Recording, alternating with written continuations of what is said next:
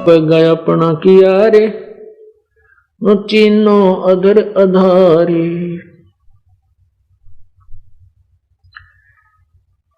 पुण्यात्माओं, ना जाने आपका कौन से जन्म का कोई पुण्य आपके साथ है। ऐसे घोर कलयुग में आपको कुछ समय परमात्मा के चरणों में आने का सुअवसर प्राप्त हो रहा है। कहते हैं पिछले ही पुण्य से होती हैं पूर्ण हंस मुराद, पिछले ही तप से होती हैं पूर्ण हंस मुराद। कि हे पुण्यात्मा, ये कोई पिछले पुण्य तेरे साथ हैं जिस कारण तेरी ये सभी आवश्यकताएं पूर्ण हो रही हैं। तेरे को यहां परमात्मा के चरणों में आने का समय भी मिल रहा है, नहीं तो ये दास भी खूब महसूस करता उन जनों को। एक दिन भी रिश्तेदारी में जाना हो जाता तो ये मुश्किल हो जाया करती कि कहीं कि मैं नुकसान ना हो जा, चाल वापस उसी दिन वापस भागने की चेष्टा करते थे। और जब ये ज्ञान हुआ, प्रभु का सहारा मिला, परमेश्वर की रजा हुई, हफ्ते हफ्ते 3-3 दिन तक परमात्मा के चरणों में सेवा करने का अवसर मिला करता। गुरुजी के पास पंजाब में जाता था और वो एक काम पहले से भी अच्छा चला करता था। क्योंकि हम जैसे बिजली है, इलेक्ट्रिसिटी, इसकी पावर से हम आटा पीसते हैं। पहले हाथ से बहन बेटियां माता हाथ से आटा पीसा करती, पसीना पसीना, और 2 किलो 3 किलो 2 घंटा मुश्किल से पीसा जाता था। और अब वही काम इलेक्ट्रिसिटी वो पावर कर देती है, उस पावर का कनेक्शन मिल गया हमारे को, और 1 घंटे में वह एक बटन, एक स्विच ऑन करना पड़ता है, बस सारा काम ठीक हो जाता है।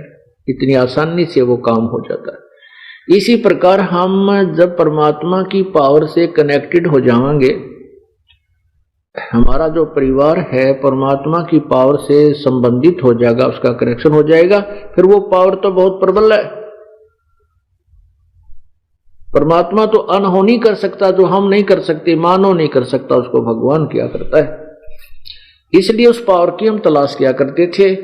अब उस पावर, जैसे अब इस विद्युत का अनुसंधान हो गया, और इससे ये पहले भी थी, नेगेटिव पॉजिटिव कैसे बनानी, ये पहले भी थी, लेकिन बनाने वाला नहीं था। अब बनाने वाले ने ये एक डिस्कवरी कर दी, खोज कर दी, अब जनसाधारण को लाभ हो गया। इसी प्रकार परमात्मा की पावर से लाभ, तो परमात्मा की पावर तो पहले भी थी, लेकिन ये कनेक्शन कैसे हमें लाभ मिलता है, क्या क्या मटेरियल इसमें चाहिए, वो ज्ञान नहीं था। वो इब्दास ने ढूंढ लिया इन सदग्रंथों में, जो भगवान ने पहले ही हमें दे रखा था। ये सब विधि भी थी हमारे सदग्रंथों में, और जिन्होंने कनेक्शन मिला था, जिनकी पावर प्राप्त हुई थी, भगवान की शक्ति जिनके पास थी, उन्होंने उनके पिछले इतिहास बताते हैं कि उनके घरों में कि क्या क्या सुख हुआ करते थे।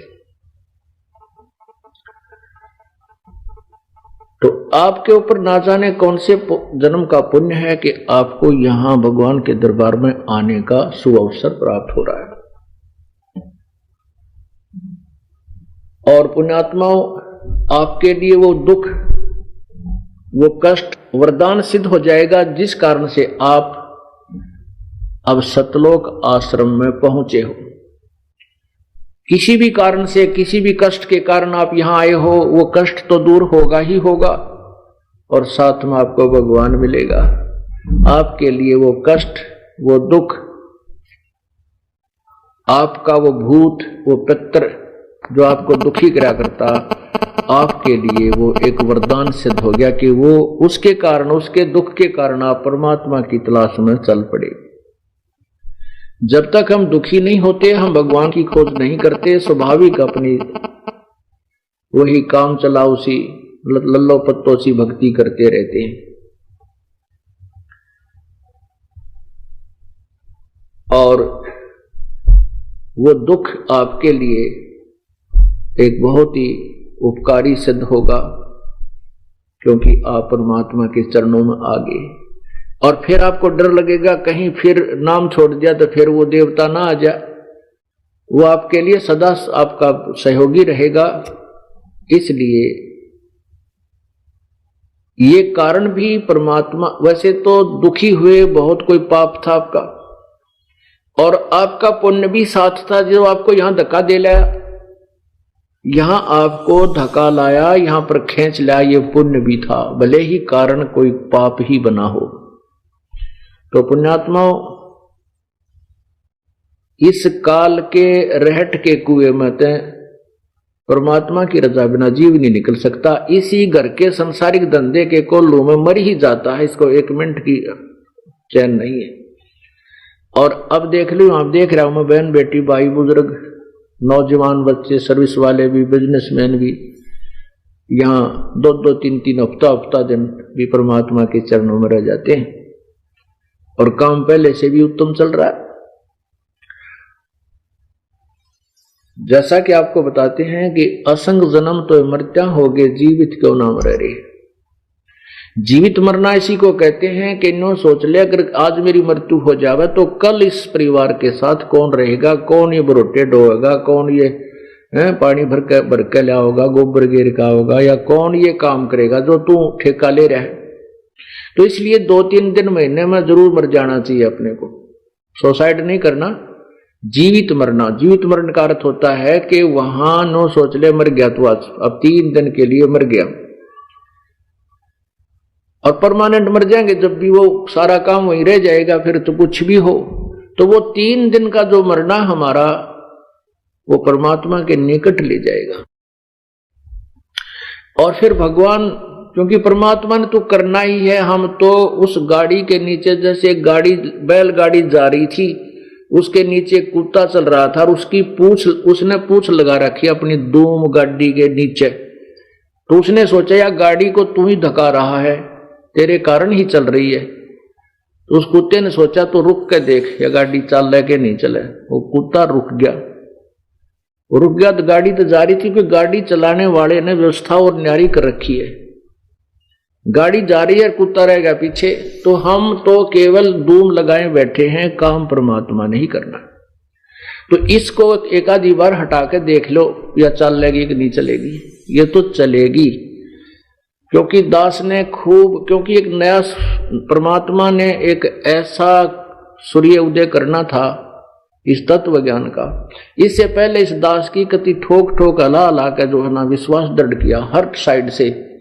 तब इस दास ने डंडोरा पीटना शुरू किया कि आप परमात्मा के चरणों में आओ, आपको सर्व लाभ होगा। समर्थ का शरणाग हो, रंग होरी हो, भाई कदे न हो एकाज राम रंग होरी हो। समर्थ का शरणाग हो। गीता जी अध्याय नंबर 18 के श्लोक 62 में कहा है, अर्जुन तू सर्वभाव से उस परमात्मा की शरण में जा, उसकी कृपा से तू परम शांति और शाश्वत स्थान को प्राप्त होगा। यही परमात्मा खुद कह रहे हैं। गरीबदास महाराज जी अपने भगवान की महिमा बता रहे हैं कि समर्थ का शरणागत हो, समर्थ की आड़ पकड़ो, उसी की शरणों में पहुंचो। और कदे ना हो अकाज, कभी भी आपके घर में या शरीर में कभी कोई ऐसी कोई बुरा काम नहीं होगा, अकाज कोई भी हानि नहीं होगी। और सदा राम रंग होरी हो, राम नाम की ओरी खुशी सदा बनी रहेगी। वो आपका ना जाने कौन सा पुण्य आपके साथ है, और ये आगे फिर ये परमात्मा ने भविष्य की जो शुभ कर्म करने की विधि आपको बता दी, और जिसको आप समझ चुके हो। इसी कारण से तो आप महीने में देख रहा हूं ये दास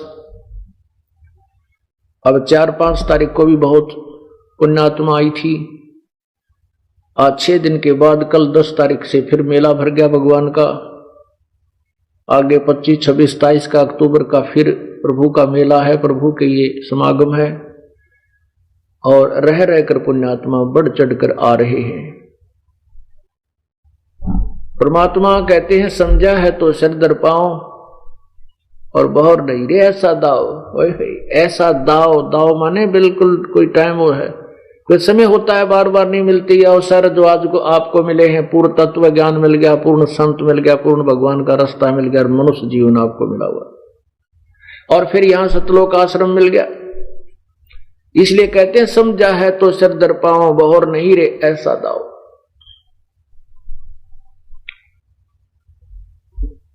अब क्या बताना चाहते, मन तू पावेगा अपना किया रे, भोगेगा अपना किया रे। अब जैसे ये तो यहां का एक अटल नियम है कि जैसे कर्म करेगा प्राणी वैसे फल परमात्मा देवेगा। तो हम कर्म तो एक भी अच्छा नहीं कर पा रहे थे, सारे ही वही संसारिक धंधे पेट भरने का काम किया करते थे, उसी कार्य में हम जीवन व्यर्थ कर रहे थे, शुभ कर्म नहीं कर पाते थे। और जो हम शुभ मानकर कर रहे थे, कोई पूजा करते थे तो वो शास्त्र विरुद्ध साधना होने से व्यर्थ थी, वो पुण्य तो एक भी नहीं बने था, पाप ही पाप इकट्ठे हो रहे थे। पवित्र गीता श्रीमद् भगवत गीता जी अध्याय नंबर 16 श्लोक 23 में कहा कि अर्जुन शास्त्र विधि को त्याग कर जो मनमाना आचरण अर्थात पूजा करते हैं, उनको न तो कोई सुख होता है, न उनको कोई कार्य सिद्ध होता है, न उनकी गति होती है, न उनको कोई सिद्धि प्राप्त होती है, अर्थात व्यर्थ है। तो जो हम पूजा करते थे वो तो शास्त्र विरुद्ध करते थे, और जो हम पुण्य कोई कर रही, क्योंकि उसी से को पुण्य मान कर रहे थे, वो तो पुण्य के स्थान पर पाप था, क्योंकि हम संविधान तोड़ रखा था भगवान का, और बाकी हम पाप ही पाप इकट्ठा कर रहे थे। तो फिर हम पावेंगे क्या, हम पाप ही पावेंगे, हम पाप ही प्राप्त करते, दुख ही दुख प्राप्त करते, सुख नहीं प्राप्त कर सकते थे। तो हमने जैसे इस संसार में, इस काल के लोक में ऐसी व्यवस्था है जैसे एक खेत है, जमीन है, उस जमीन में अगर हम कोई संवार नहीं, उसको छेड़े नहीं, उस एकड़ को, एक एकड़ जमीन वैसी पड़ी है तो उसमें ना जाने कितना कुबाड़ उग जाएगा, बहुत ज्यादा कितना घास फूस कांटेदार झाड़ी वो भर जाएगी तगड़ी। वो तो बिना किसी प्रयत्न के होगी, ना कोई पैसा लगाना पड़ा, ना कोई उसमें सिंचाई करनी पड़ी, ना खाद डालना पड़ा।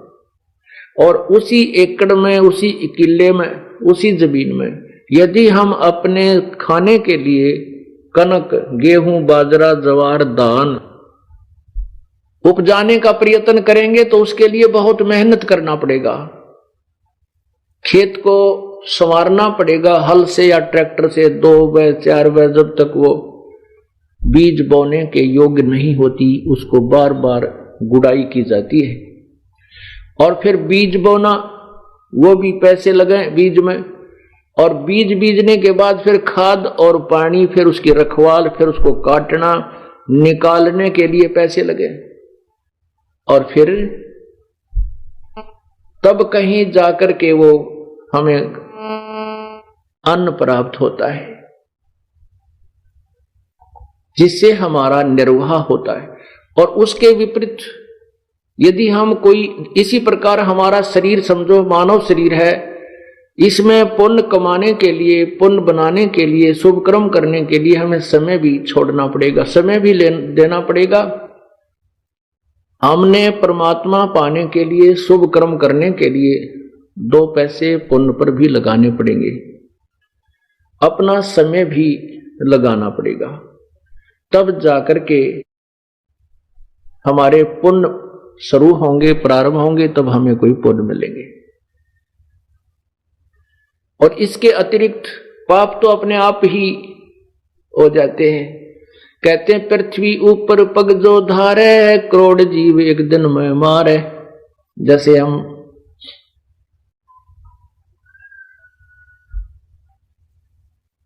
ये बहन बेटियां पहले लिपा करती थी, जैसे पोचा लगाते हैं, अच्छे फर्श बना रखे हैं चिप्स के वगैरह प्लास्टर के, पोचा लगाते हैं, या पहले लीपते थे गोबर से, गारा से, खाना बनाते हैं, उसमें लकड़ियों में जीव जलते हैं, धुएं से अंधे होकर गिरकर मर जाते हैं। यानी ये पाप तो हमारे अपने आप हो रहे हैं, इनको करने की आवश्यकता नहीं, क्योंकि जो हम अपना कार्य करते हैं उसमें भी पाप हो रहे हैं। और जब तक हम पूर्ण परमात्मा की भक्ति विधिवत नहीं करते तो हमें दोनों ही पुण्य और पाप दोनों ही भोगने पड़ते हैं। इसलिए कह रहे हैं मन तू पावेगा अपना किया रे और भोगेगा अपना किया रे। पूर्ण परमात्मा की शरण में आने के बाद हमें एक एक्स्ट्रा बेनिफिट ये मिलता है कि जो हमारे पाप संचित होते हैं, पहले के जो पाप हैं वो नष्ट हो जाएंगे, वो खत्म हो जाएंगे और हमारे पुण्य शेष रह जाएंगे। और जो पुण्य करने की विधि वो अकॉर्डिंग टू द शास्त्र है, वो शास्त्र के अनुसार है, उससे पुण्य हो ही रहे हैं। और पहले जो हमारे पाप थे वो उस परमात्मा के उस नाम से नष्ट हो जाएंगे। जब ही सतनाम हृदय धरो भयो पाप को नाश, मानो जिंदगी अग्नि की ही पड़ी पुराने गासे। यही आपने देखा होगा, आपने सुना कि गीता यजुर्वेद अध्याय नंबर 8 के श्लोक नंबर 13 में स्पष्ट किया है कि पूर्ण परमात्मा अपने भक्त के, चाहे वो सत साधना कोई साधु संत करे, चाहे कोई अच्छी आत्मा करे, देव कर्तस्य, देव होते हैं हंस आत्माएं, जो पुण्य आत्मा है बीड़ी शराब मांस तंबाकू नहीं पीती, चाहे तो वो करें परमात्मा की भक्ति, और चाहे जनसाधारण करे, और चाहे कोई पिता करे चाहे पूत करे, कोई भी करे, उस सभी के पाप को परमात्मा उस साधक के पाप को नाश कर देता है। और अभी तक हमने जितने भी इन संतों के ऋषियों के विचार सुने और पढ़े थे वो ये कहा करते थे, भाई किया हुआ कर्म तो भोगना ही पड़ेगा। अर्थात जैसा आपने जो प्रारब्ध है वो तो भोगना ही पड़ेगा आपके, वो उसमें कोई परिवर्तन नहीं हो सकता। साधना से कोई लाभ नहीं होगा, आपका जो दुख है वो दुख आएगा, सुख है वो सुख भी आपको भोगना पड़ेगा। इससे हम बेशक भक्ति करते रहते थे लेकिन कोई कष्ट का सामना करना पड़ता था, वो पूरा ही हमारे ऊपर कहर टूट जाता था। तो हम ये सोचकर पड़े रहते थे कि ये तो भाई भगवान का नियम है, जैसे कर्म करेगा वो तो भोगने ही पड़ेंगे। जैसे कर्म तब तक है जब तक हम पूर्ण परमात्मा की शरण विधिवत नहीं ग्रहण करते, और जब हम पूर्ण परमात्मा की शरण में आ जाएंगे तो उसके बाद क्या होगा, सतगुरु शरण में आने से आई टले बला, जय मस्तिष्क सूली हो वो काटे में टल जावे। जैसे हमें फांसी टूटना हो, सूली टूटना हो, सजाए मौत हो, तो कहते हैं वो कांटा लाग कर टल जाएगी।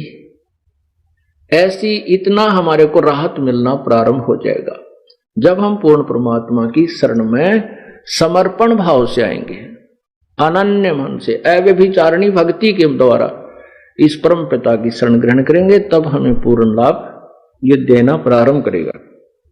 तो उसके बाद जब हम परमात्मा की शरण में आ जाते हैं तो हमें एक तो हम कर्म अच्छे करेंगे, वो किया कर्म ही मिलना है, हम पाप नहीं करेंगे तो पाप हमें मिलेंगे नहीं। और दूसरे जो हमारे संचित कर्म हैं वो कट जाएंगे, समाप्त हो जाएंगे। जैसा कि आपको बार बार हम दिखाते रहे हैं, क्योंकि इस क्षेत्र में विशेषकर हरियाणा के अंदर महर्षि दयानंद जी का बोलबाला बहुत था, और मैं तो इस चक्कर में हूं कि उसको महर्षि की पदवी मिली कैसे, किस आधार से मिली, कोई भी स्टेटस नहीं उनका जो कि कोई सामाजिक ज्ञान हो या कोई आध्यात्मिक ज्ञान हो, कोई खगोल भूगोल का ज्ञान हो, कोई राजनीति का उसमें ज्ञान हो, कुछ भी तो नहीं था, -0 थे वो। और उनके सुनी सुनाई महिमा से हम भी इतने प्रभावित थे कि वो तो बड़े महापुरुष पड़े थे। बड़े विद्वान थे। अब उनकी थ्योरी पढ़ी, सत्यार प्रकाश जो उनकी रचना है, जैसे ये दास आपको पुस्तक लिखकर भेज रहा है, समाज में प्रवेश कर रहा है, तो वो मुझे उतना ही ज्ञान है। मेरी मृत्यु के बाद मेरा प्रमाण होगा कि मैं कितना विद्वान था या अविद्वान था, मेरे द्वारा की रची गई वो पुस्तकें ही मेरे अंदर का ज्ञान, अर्थात ये दास ही होगा। तो उन्होंने 7वें समोल्लास में लिखा है कि किसी ने पूछा कि परमात्मा की साधना से क्या भगवान पाप अक्षमा कर देगा? स्वामी जी ने कहा नहीं। तो प्रश्नकर्ता ने कहा तो फिर किस लिए, फिर तुम उपासना करने की आवश्यकता ही क्या है? स्वामी जी ने उत्तर दिया कि उससे कुछ और लाभ होते हैं। क्या लाभ होते हैं? कहते हैं उपासना से परब्रह्म से मेल और उसका साक्षात्कार होना। ये 7वें अध्याय के 155 पृष्ठ पर ये कह रहे हैं कि परब्रह्म से मेल और उसका साक्षात्कार होना 7वें अध्याय में। और 7वें अध्याय के 151 पृष्ठ पर किसी ने प्रश्न किया कि परमात्मा एक है या अनेक है? स्वामी जी कहते हैं कि एक है, अनेक नहीं है। वेदों में कहीं नहीं लिखा कि अनेक भगवान हो, अनेक ब्रह्म हो। और 154 पृष्ठ पर किसी ने पूछा परमात्मा साकार है या निराकार? तो स्वामी जी कहते हैं निराकार। और 155 पर कहते हैं कि परब्रह्म से मेल और उसका साक्षात्कार होना। अपने 2 सिद्धांत आप पे कैंसिल कर दिए। पुण्यात्माओं, यह नहीं समझना चाहिए कि हम किसी की निंदा करते हैं, नहीं। जैसे एक बार 500 रुपए का नोट नकली किसी ने छाप के जनता में ठगना शुरू कर दिया था, तो सरकार ने दोनों नोट असली और नकली आमने सामने साथ साथ समाचार पत्रों में भी छपवाए और टीवी चैनलों के माध्यम से भी उनकी पहचान जनता को कराई कि ये नकली है, ये असली है। इसने ऐसा हो तो उसको त्याग देना, वो हानि करेगा। तो हमारे जो वास्तविक नोट हैं, असली नोट हैं, वो तो है वेद और गीता और सवसम वेद कबीर परमेश्वर की अमृतवाणी, या हमारे सदग्रंथ जो भी हैं, गुरु ग्रंथ साहिब है। और उसके अतिरिक्त किसी व्यक्ति या ऋषि या संत का अपना विधान है और वो वेदों और गीता से नहीं मिलता, वो नकली है, उसको त्याग देना है। गीता जी अध्याय नंबर 16 के श्लोक नंबर 24 में कहा कि कर्तव्य और अकर्तव्य, यानी कौन से कर्म करने चाहिए भक्ति के, कौन से त्यागने चाहिए, उनके लिए शास्त्र ही प्रमाण है। हे अर्जुन, तो शास्त्रों पर ही आधारित रहना, किसी व्यक्ति विशेष के कहने से कोई साधना प्रारंभ मत करना। अब देखिएगा 7वां समोल्लास, ये देखिएगा सत्यार्थ प्रकाश स्वामी दयानंद जी रचित, और ये कहां से प्रकाशित है?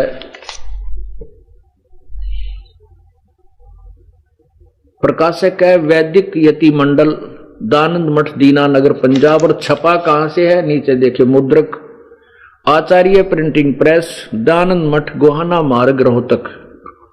अब देखियो पुण्यात्माओं, इस सत्यार्थ प्रकाश को ऐसा मान रखा था, ये गीता जी से भी उत्तम मानते थे हम इसको।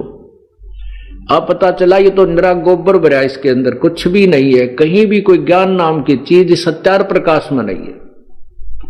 ये देखना 7वां समोल्लास है, ये 151 पृष्ठ है। नीचे आइए, किसी ने प्रश्न किया, ये देखिएगा प्रश्न, वेद में ईश्वर अनेक हैं, इस बात को तुम मानते हो वा नहीं? किसी ने प्रश्न किया। स्वामी जी कहते हैं उत्तर, नहीं मानते, क्योंकि चारों वेद में कहीं नहीं लिखा जिसे से अनेक ईश्वर सिद्ध हों, किंतु यह तो लिखा है कि ईश्वर एक है। अब देखना समोल्लास 1 में, ये देखिएगा समोल्लास 1, इसमें स्वयं कहते हैं कि ईश्वर का नाम ब्रह्म है। ये देखना, ये है प्रथमो समोल्लास। और नीचे आइएगा, यहीं पर प्रश्न नंबर देखना इसका, 15 पे नीचे देखिए, यहां पर, यहीं पर ये क्या कहते हैं, सबसे बड़ा होने से, सबसे बड़ा होने से ईश्वर का नाम ब्रह्म है। ये कहते हैं ईश्वर का नाम ब्रह्म है, स्वामी जी कह रहे। अब यहां किसी ने प्रश्न किया कि तुम क्या मानते हो कि वेद में ईश्वर अनेक हैं, अर्थात ब्रह्म अनेक हैं? स्वामी जी कहते हैं नहीं मानते। अब देखना, ये सप्तम समोल्लास, 7वां समोल्लास, 151 पृष्ठ है ये, नीचे आइएगा। प्रश्न, वेद में ईश्वर यानी ब्रह्म समझो, क्योंकि ये ईश्वर बड़ा होने से कारण ईश्वर का नाम ब्रह्म बोल रहे हैं। वेद में ईश्वर अनेक हैं, अर्थात ब्रह्म अनेक हैं, इस बात को तुम मानते हो वा नहीं? स्वामी जी कहते हैं कि उत्तर नहीं मानते, क्योंकि चारों वेदों में कहीं यह नहीं लिखा जिससे अनेक ईश्वर, ईश्वर माने ब्रह्म, क्योंकि ये स्वयं कहते हैं ईश्वर सबसे बड़ा होने से ईश्वर का नाम ब्रह्म है, ईश्वर यानी ब्रह्म सिद्ध हो, किंतु यह तो लिखा है कि ईश्वर एक है, यानी ब्रह्म एक है। अब स्वामी जी अगले पृष्ठ पर देखना, यहां 154 पृष्ठ पर किसी ने प्रश्न किया, 7वां समोल्लास, यही सप्तम समोल्लास, और ये पृष्ठ 154 पर देखिएगा, 154 पर नीचे यहां लिखा है कि किसी ने प्रश्न किया ईश्वर साकार है व निराकार? उत्तर स्वामी जी का निराकार। और 155 पर अपनी दोनों सिद्धांत, दोनों थ्योरी फेल कर दी। ये देखो 155 पे नीचे आइएगा। प्रश्न, परमेश्वर की स्तुति, प्रार्थना और उपासना करनी चाहिए व नहीं? उत्तर स्वामी जी का करनी चाहिए। प्रश्नकर्ता कहता है क्या स्तुति आदि करने से ईश्वर अपना नियम छोड़ स्तुति प्रार्थना करने वाले का पाप छुड़ा देगा? उत्तर स्वामी जी का नहीं। तो प्रश्नकर्ता कहता है फिर स्तुति प्रार्थना क्यों करना, वे क्या, फिर यूज क्या है इसके करने का? स्वामी जी उत्तर देते हैं उनके करने का फल अन्य ही है। प्रश्नकर्ता ने कहा क्या फल है बताइएगा, क्या है? उत्तर स्वामी जी का कि स्तुति से ईश्वर में प्रीति, उसके गुण कर्म स्वभाव का से अपने गुण कर्म स्वभाव का सुधरना, प्रार्थना से निरभिमानता, उत्साह और सहाय का मिलना, उपासना से परब्रह्म से मेल और उसका साक्षात्कार होना। अरे वाह, जय हो महर्षि जी की। अपने सिद्धांत को आप ही फेल कर रहा है।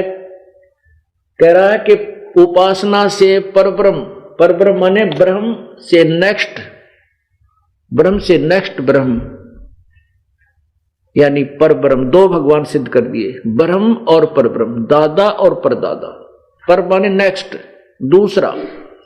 परब्रह्म से मेल और उसका साक्षात्कार होना, मेल और साक्षात्कार निराकार से नहीं, साकार से। निराकार से तो पहले ही मेल था, उपासना से पहले भी वो अभेद है, उसकी शक्ति निराकार हर जीव से संबंधित है। एक रिज्मा भी, एक कण भी खाली नहीं है भगवान की शक्ति के से कोई बचा हो। अब ये दोनों फेल कर दिए। अब ये तो इनके आप पे फेल हो। अब तीसरा सिद्धांत ये 10 वेद फेल करेंगे कि पाप अक्षमा नहीं होते। यजुर्वेद अध्याय नंबर 8 का श्लोक नंबर 13 आपके समक्ष प्रस्तुत करता हूं। अब देखिएगा पवित्र यजुर्वेद जो स्वामी दयानंद जी द्वारा ही अनुवादित है। ये देखो नीचे महर्षि दयानंद सरस्वती इसका अनुवादक हैं, और यहां देखना ये कहां से प्रकाशित है। ये प्रकाशक है सार्वदेशिक आर्य प्रतिनिधि सभा 2/5 महर्षि दयानंद भवन, रामलीला मैदान, नई दिल्ली से। और कहां से ये छपी है? मुद्रक है Prince offset printers 1510 Pataudi house, Daryaganj, नई दिल्ली। अब यहां देखिएगा अध्याय नंबर 8, ये 8वां अध्याय, 8वां अध्याय। नीचे आइए, ये पृष्ठ भी देखिएगा 241, नीचे देखो। इसमें ये 8वें अध्याय का ये 13वां मंत्र है। इसमें लिखा है देव कर्तस्य, देव कर्तस्य। तो यहां इसका आगे चल के यहां अनुवाद किया है 242 पे। ये देखो 242 पृष्ठ पे। तो स्वामी जी कहते हैं, हे सबके उपकार करने वाले मित्र आप। अब यहां पढ़ने वाला जो इस, क्योंकि इनकी सोच थी कि भगवान पाप नहीं काटता, और यहां यजुर्वेद में 6 बार लिखा हुआ है एक ही मंत्र में। यदि एक मंत्र में एक बार लिखा होता तो स्वामी जी गोल मोल कर देते। जैसे यजुर्वेद अध्याय नंबर 5 के श्लोक 1 में अग्ने तनुरसी विष्णुवे तवा सोमस्य तनुरसी 2 बार लिखा, भगवान सशरीर है, उसको भी गोल मोल कर दिया इन्होंने।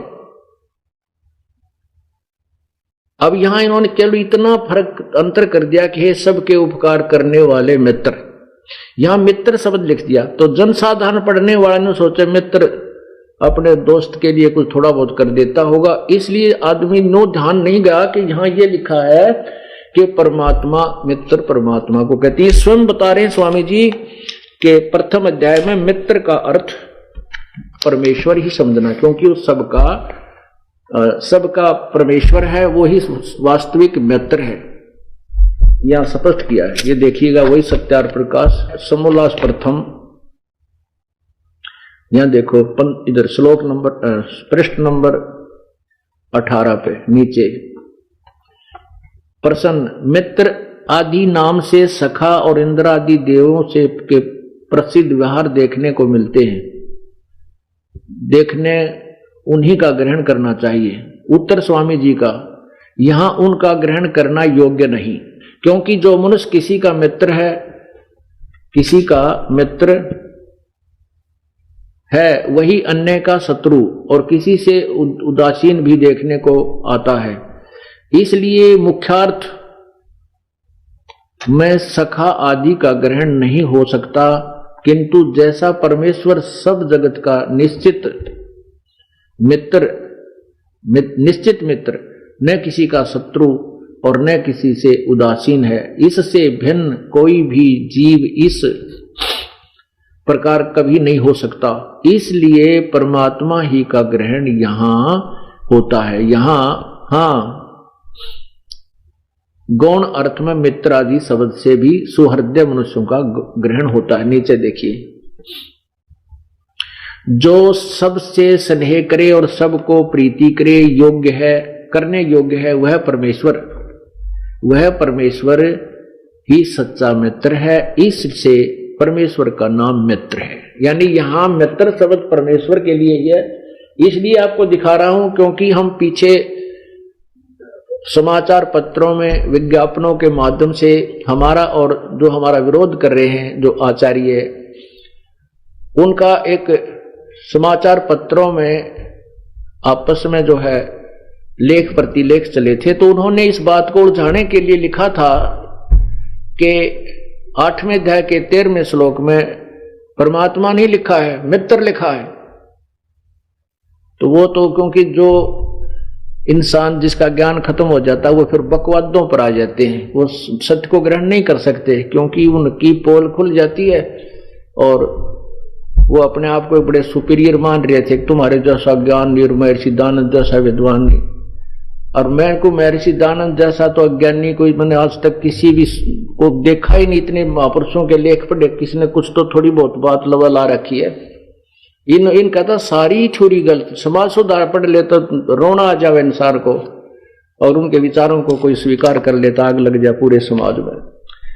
अब यहां देखिएगा, ये वेद की स्टेटमेंट से और स्वामी दानंद जी की स्टेटमेंट को दास केवल तुलना कर रहा है। एक ओरिजिनल नोट से डुप्लीकेट नोट की तुलना कर रहा है, नथिंग एल्स। इसको कोई निंदा कहता है तो वो निंदा की परिभाषा से अपरिचित है। यहां देखना, यही 8वें अध्याय का 13वां श्लोक, यहां से अनुवाद शुरू होता है, स्वामी दानंद जी द्वारा किया। हे सबके उपकारक, उपकार करने वाले मित्र, आप देव कर्तस्य, दान देने वाले के, एन से शब्द भी देखना, एन से माने अपराध, अवय जन्म का अर्थ है विनाश करने वाले, असी माने हो, मनुष्य कर्तस्य, साधारण मनुष्य के किए हुए, एन से माने अपराध यानी पाप के, अवजन्म माने विनाश करने वाले हो। ओहो। और पितृकृत्य से, पिता के किए हुए, एन से माने अपराध ही पढ़ो, यहां पर इन्होंने विरोध आचरण लिखा, यहां पर अपराध ही पढ़ो, अपराध यानी पाप के, अवजन्म माने विनाश करने वाले हो, अच्छे प्रकार हरने वाले हो, एक ही बात है। और आत्म कर्त से अपने किए हुए, एन से माने पाप के, अवजन्म माने दूर करने वाले या नाश करने वाले, असी माने हो। एन से अधर्म के, अधर्म अर्थात घोर पाप के भी, अवजन्म माने नाश करने हारे हो।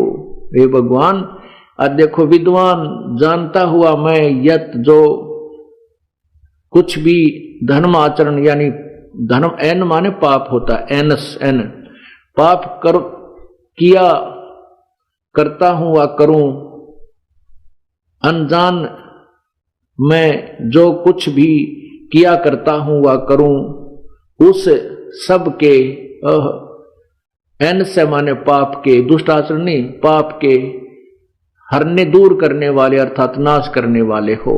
ओए होए, ये हमारा ओरिजिनल नोट है वेद, और इसमें लिखा है 6 बार इकट्ठा ही एक ही मंत्र में प्रमाण दिया है कि घोर पाप को भी परमात्मा नष्ट कर देता है, क्योंकि परमात्मा ने बंदी से स्वयं आकर बताया है कि कुछ पाप हमारे दान से कटते हैं, कुछ सेवा से समाप्त होते हैं, कुछ हमारे संत के दर्शन और आशीर्वाद से पाप नष्ट होते हैं, कुछ पाप हमारे जो बिल्कुल शेष रह जाते हैं, जो किसी प्रकार भी नहीं कट सकते, वो फिर सत्य नाम, सच्चे नाम से नष्ट हो जाते हैं।